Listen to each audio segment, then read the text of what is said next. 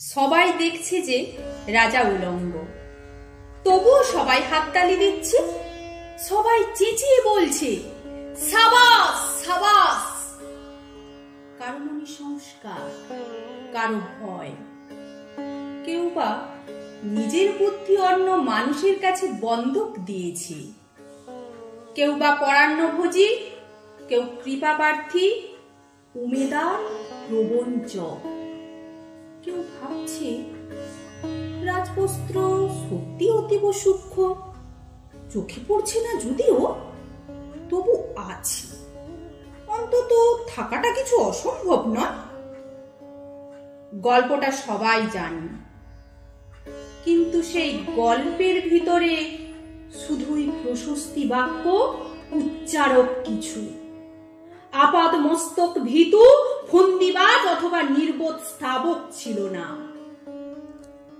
একটি শিশুও ছিল, সত্যবাদী, সরল, সাহসী একটি শিশু।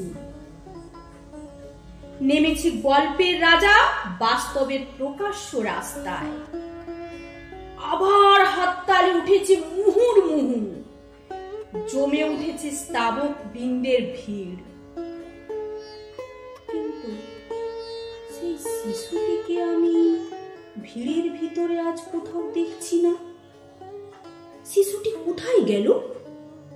কেউ কি কোথাও তাকে কোনো পাহাড়ের গোপন গুহায় লুকিয়ে রেখেছে? নাকি সে পাথর, ঘাস, মাটি নিয়ে খেলতে খেলতে ঘুমিয়ে পড়েছে কোনো দূর নির্জন নদীর ধারে, কিংবা কোনো প্রান্তরের গাছের ছায়া? যাও, তাকে যেমন করেই হোক খুঁজে আনো।